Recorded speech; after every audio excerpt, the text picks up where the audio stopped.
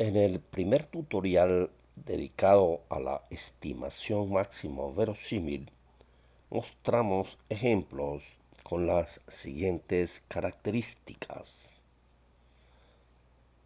1. El soporte de la variable poblacional x era independiente del parámetro desconocido θ.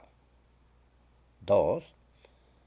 El espacio paramétrico θ mayúscula era un intervalo de números reales e independiente de los valores muestrales.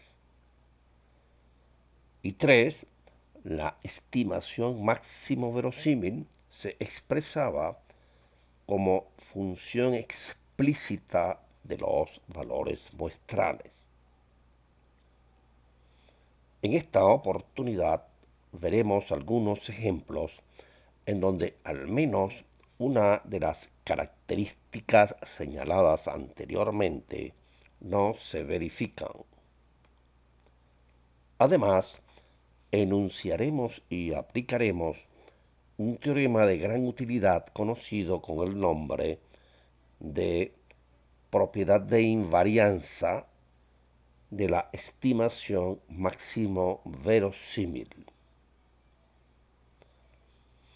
Antes de comenzar a exponer los ejemplos correspondientes a este tutorial, vamos a señalar dos teoremas del cálculo de funciones de una variable que serán aplicados en secciones subsiguientes. El primer teorema nos da una condición necesaria para que una función continua en un conjunto, que por lo general es un intervalo, sea o bien estrictamente creciente o estrictamente decreciente, dependiendo pues del signo de la derivada en los puntos interiores de dicho intervalo.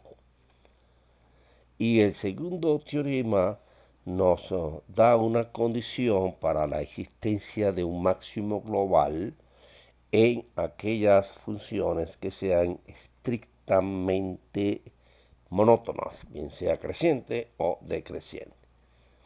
Vamos a utilizar estos dos teoremas pues en algunos de los ejemplos que desarrollaremos a continuación. Veamos el primer ejemplo. Se tiene una muestra aleatoria de tamaño n de una población distribuida uniformemente en el intervalo A, ahí estamos mostrando en pantalla, intervalo cerrado en A y abierto en θ, y B similar pero cerrado en θ. Y vamos a ver una característica muy importante, que en el caso A no existe el estimador máximo verosímil, pero en el caso B sí existe el estimador máximo verosímil. Esto sugiere que a la hora de definir distribuciones uniformes, se desconozca el parámetro, deberíamos dar la definición para intervalos cerrados. Procedamos entonces. Aquí estamos mostrando la secuencia de resultados que conducen a la función de verosimilitud. Y aquí es una variable uniforme en el conjunto A θ abierto, su función de densidad es 1 entre la amplitud del intervalo para los valores de x pertenecientes a dicho intervalo.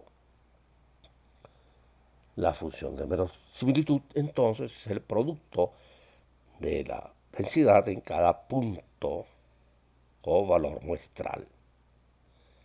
Y resolviendo nos queda pues que es 1 entre b menos a a la n por el productorio de las funciones indicatrices. Ahora bien, recuerden pues que estas variables indicatrices o valen 0 o valen 1. De manera tal que esta función es distinta de 0 si todas las funciones indicatrices son iguales a 1. Es decir, si todos los valores muestrales caen en el intervalo cerrado en A, abierto en θ. Esto es θ mayor que y sub n, porque para que todas las observaciones caigan en el intervalo cerrado en A abierto en teta, teta tiene que ser mayor que el mayor valor muestral obtenido. Teta debe ser mayor que y sub n. Y sub n es el máximo de los valores muestrales. En consecuencia, la función de verosimilitud toma esta expresión. Aquí es donde observamos que el espacio paramétrico depende de los valores muestrales, pues a través de su máximo valor. Esto no lo habíamos considerado en el pasado. La derivada de la función de verosimilitud entonces tiene esta característica. Y usted observa que esa derivada es negativa, porque teta es mayor que a. Y en consecuencia esta función es estrictamente monótona decreciente. En consecuencia, el máximo de esta función ocurre en el mínimo del intervalo de definición. Pero resulta ser que este intervalo no tiene un valor mínimo. Por lo tanto, de acuerdo al teorema 2 señalado anteriormente, no existe el estimador máximo verosímil de teta. El apartado B es muy similar, la única diferencia es que ahora los valores muestrales pertenecen al intervalo cerrado a teta. Y de nuevo, pues esta función es distinta de 0 si ahora teta es mayor o igual que y sub n. De nuevo, la función de verosimilitud es monótona decreciente, pero ahora sí el intervalo de definición del parámetro teta tiene un valor mínimo, que es y sub n. En consecuencia, pues, esta función tiene un valor máximo global precisamente en el valor de y sub n. De manera tal, pues, que y sub n es la estimación máximo verosímil y por consiguiente el estadístico de orden n es el estimador máximo verosímil. Pero actuando en forma similar al ejemplo 1, se puede mostrar que la distribución uniforme en el intervalo teta b no tiene un estimador máximo verosímil para teta. Sin embargo, si la distribución es uniforme en el cerrado en teta, no importa si B es abierto o cerrado, sí existe el estimador máximo verosímil y es el estadístico de orden 1. Vamos ahora a observar o a obtener los estimadores para una uniforme cerrado tanto en teta 1 como en teta 2.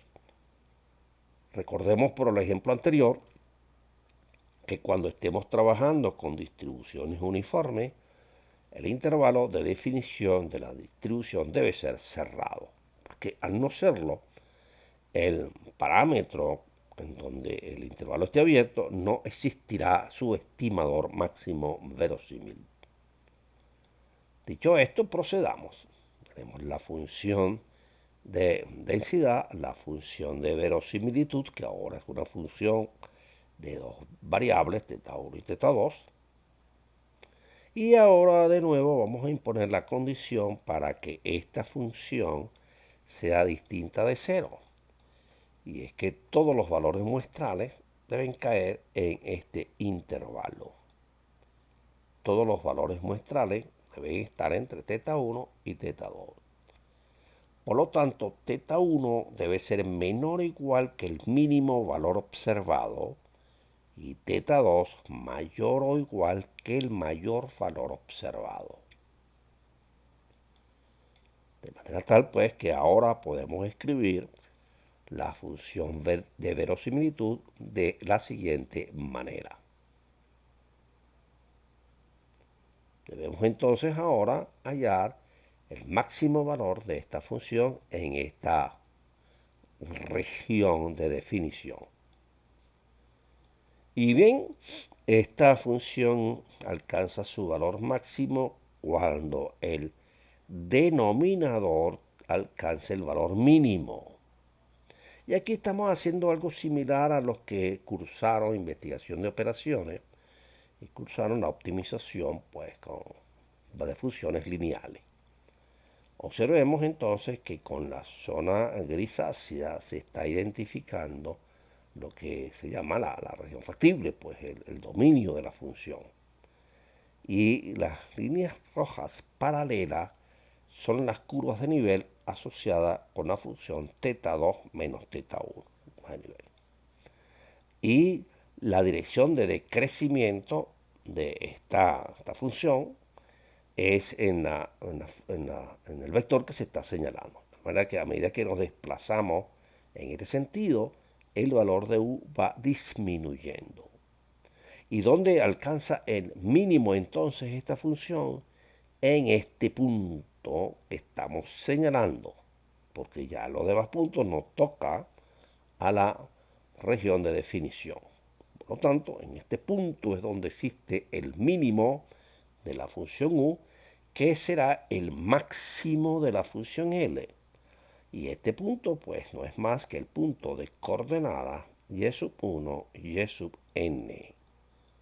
De manera tal pues que la estimación máximo verosímil de θ sub 1 es y sub 1 y la de θ sub 2 es y sub n. Y aquí lo que hemos es expandido esta definición a los estimadores máximo verosímiles.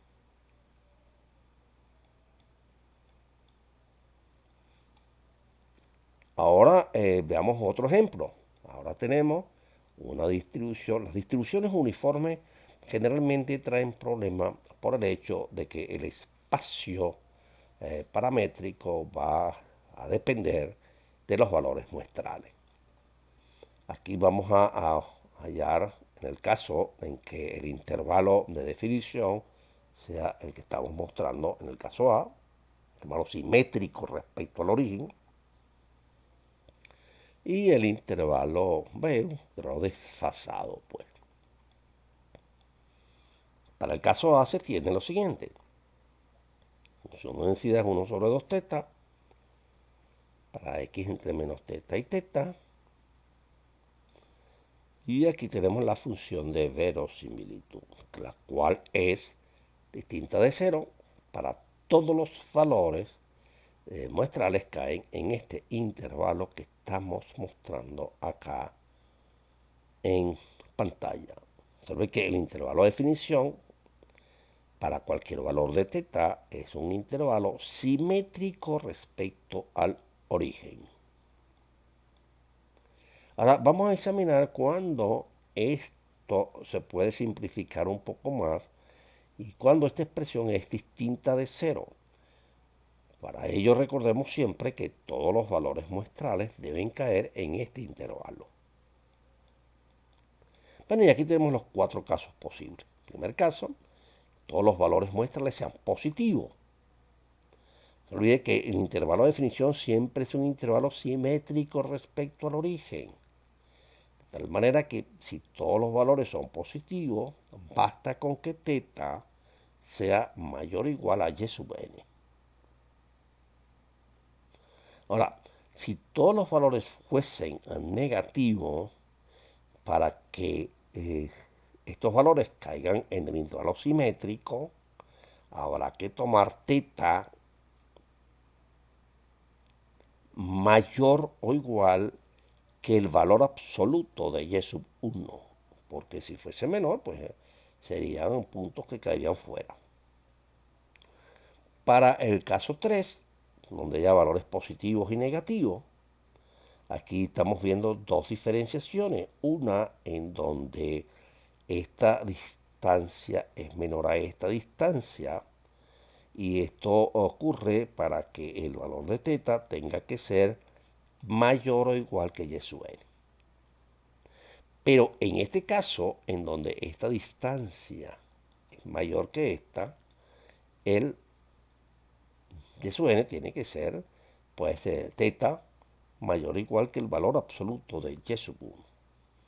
Y en cualquiera de los cuatro casos se verifica que θ debe ser mayor o igual al máximo entre el valor absoluto de y sub 1 y el valor absoluto de y sub n. De manera tal que n la podemos escribir de esta manera. Y de nuevo estamos en presencia de una función que es estrictamente monótona decreciente en un conjunto que tiene un valor mínimo.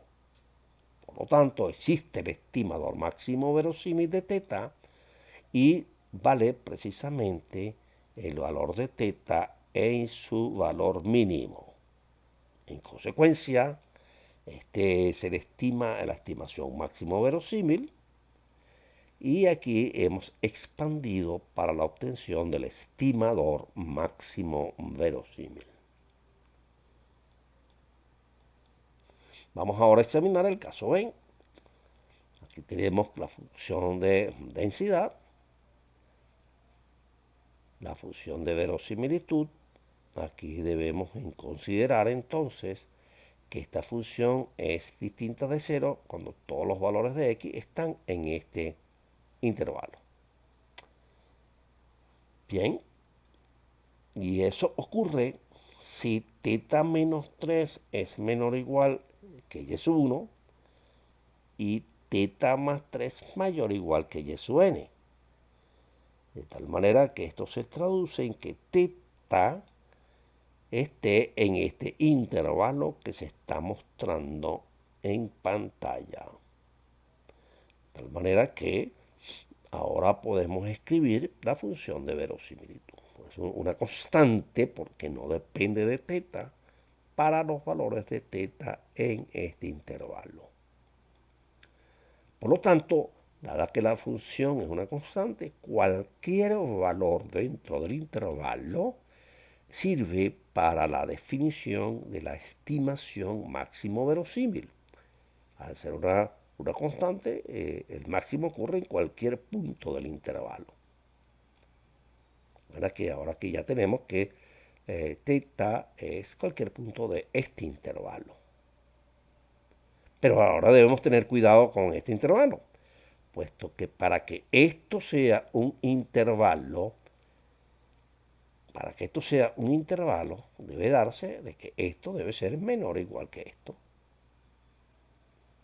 En consecuencia, que n menos y1 debe ser menor o igual que 6 para que esto sea un intervalo. En definitiva, pues si esto ocurre, tiene la estimación máximo verosímil es cualquier punto dentro del intervalo.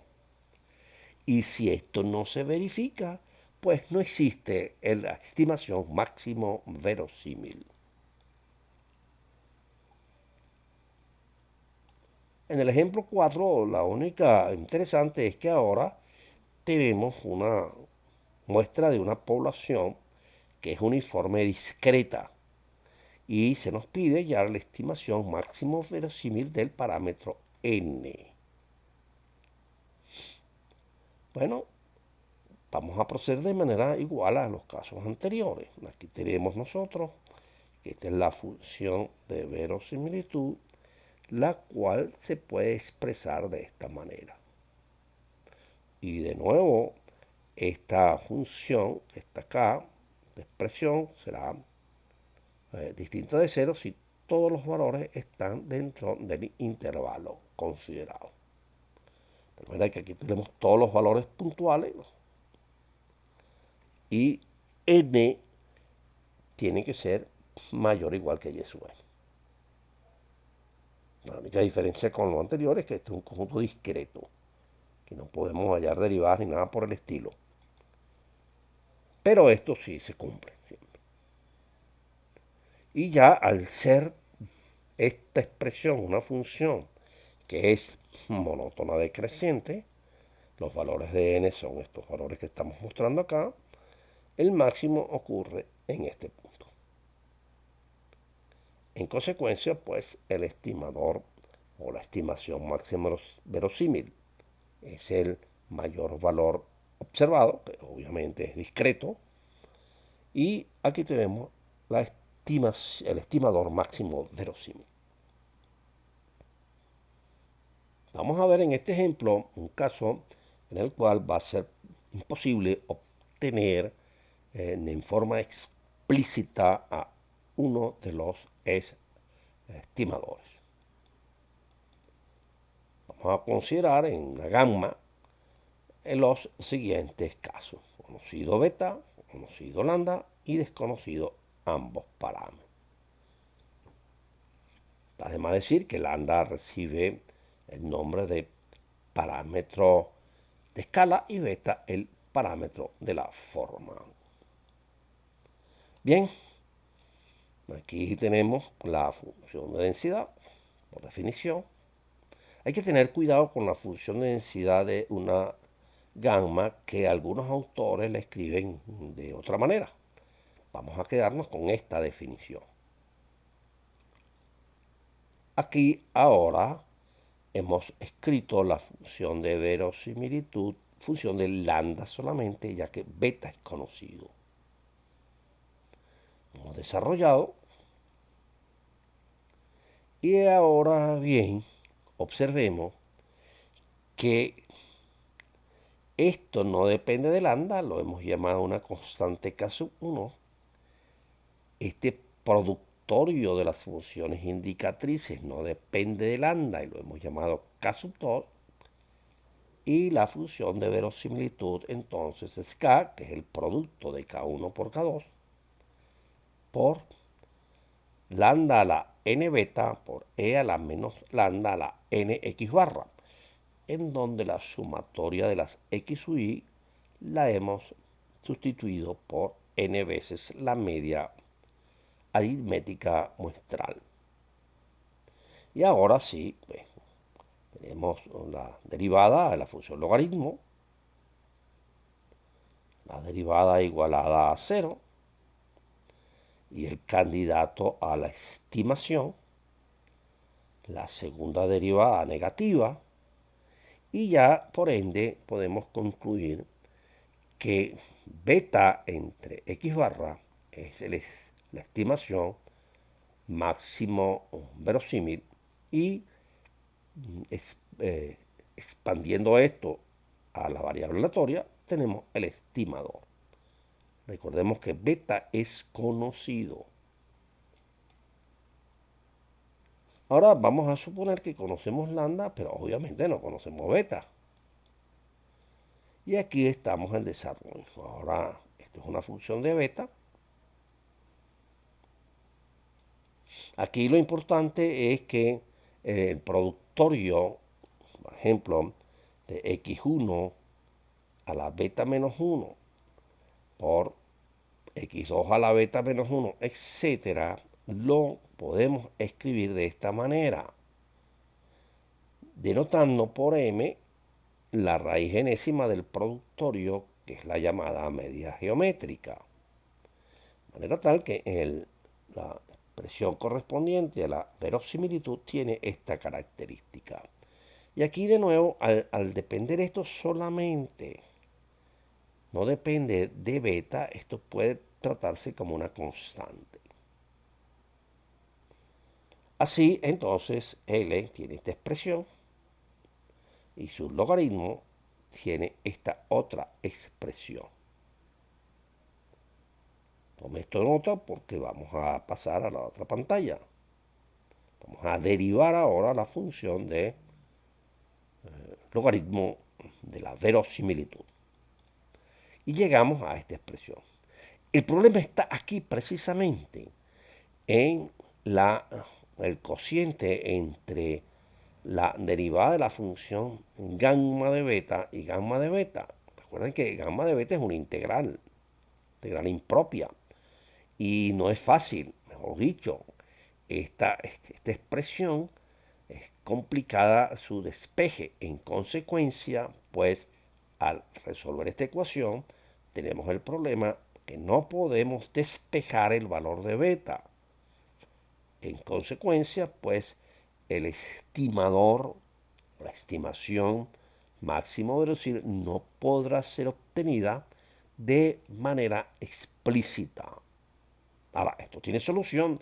Lo que sucede es que se tendrá que hacer por métodos de cálculo numérico que no está al alcance de este tutorial. Y ahora, desconocidos ambos, vamos a tener el mismo problema con beta. Y por lo tanto no vamos a presentar este caso porque no vamos a poder obtener los estimadores en forma explícita. Sin embargo, vamos a mostrar una forma de obtener dichos estimadores utilizando el programa RStudio. Para ello necesitamos pues cargar un paquete que estamos mostrando en pantalla y utilizar la función de ese paquete. Veamos el ejemplo. Tenemos unos datos, 25 datos y una gamma, y queremos hallar las estimaciones de lambda y beta, estimaciones máximo verosímiles. Manualmente no lo podremos hacer porque no tenemos los recursos matemáticos para el cálculo numérico. Vamos a utilizar el programa RStudio. Pero aquí estamos en el programa R. Lo primero que vamos a hacer es cargar este paquete. Entonces metemos esta instrucción, esperamos un tiempo a que él cargue, lo busque en la red, hay que tener red para que él busque esto en las páginas donde se encuentra, y al final nos muestra este mensaje, en donde ya dice que esta página ha sido cargada al computador y se encuentra en esta dirección. Pero todavía no ha sido utilizada en la sesión, entonces hay que escribir este otro formato, otro comando para cargar en la sesión de trabajo el paquete que estaba en el disco duro. Bueno, una vez que tenemos esto, ya él nos dice que instaló ese programa y la librería ya la tenemos. Y aquí entonces está una instrucción para introducir el vector muestra que contiene los valores muestrales. Hay que tener un poco de paciencia y utilizar este comando C de concatenación, y él nos muestra estos valores. Ya tenemos el valor ya ingresado al programa bajo el nombre de muestra. Se le puede poner cualquier nombre. Y ahora ponemos esta instrucción. Aquí ponemos el valor del vector que hemos dado a muestra, y aquí hay que poner entrecomillado la distribución, que es la gamma. Y una vez que usted hace esto, bueno, él le genera este resultado. Aquí tenemos beta y aquí tenemos lambda. Y aquí tenemos las estimaciones máximo verosímiles halladas obviamente por un método de cálculo numérico, el de Newton-Raphson. Y acá se nos da una información adicional, que es la desviación estándar de la estimación, que servirá en el caso de que se quiera hallar un intervalo de confianza aproximado para dichas estimaciones. De manera que es muy sencillo utilizar pues este comando.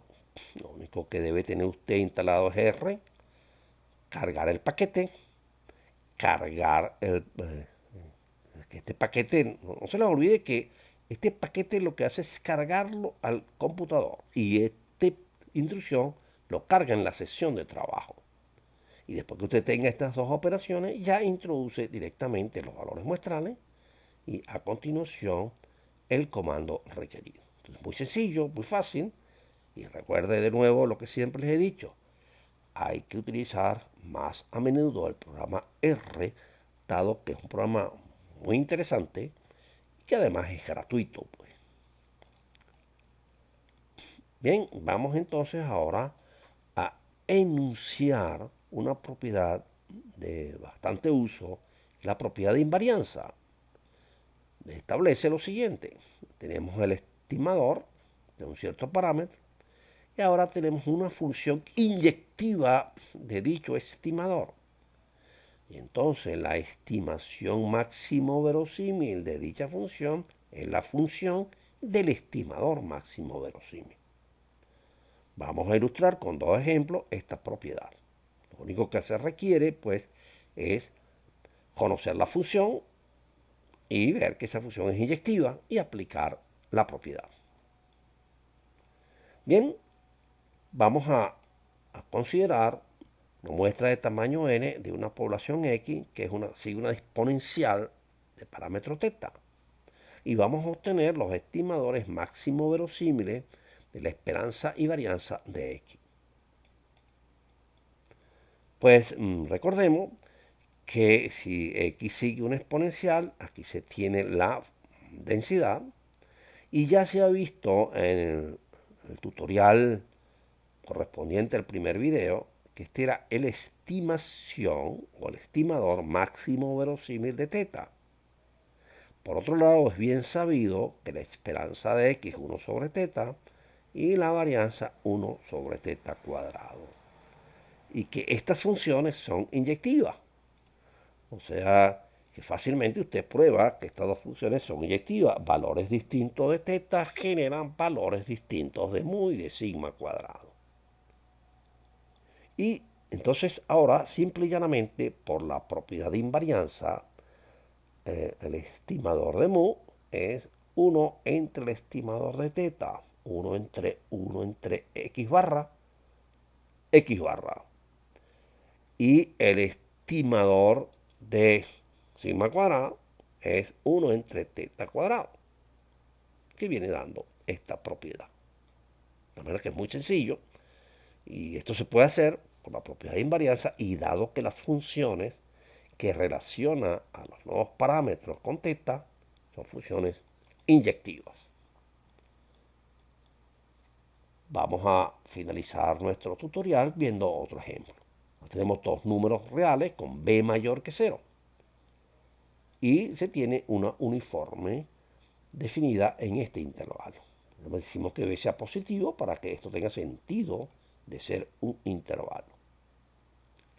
Y vamos a obtener los estimadores máximos verosímiles de A y de B.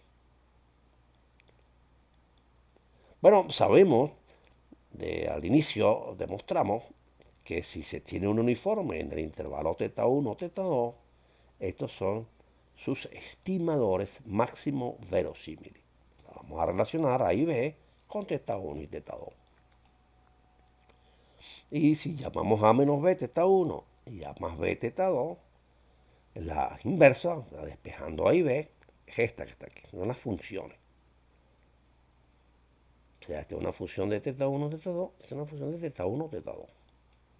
De tal manera que el vector nuevo de parámetro, en función del vector viejo de parámetro, tiene esta estructura. Y ahora lo que debemos ver es que esta función es una función inyectiva. Vamos a probarlo rápidamente para recordar el concepto.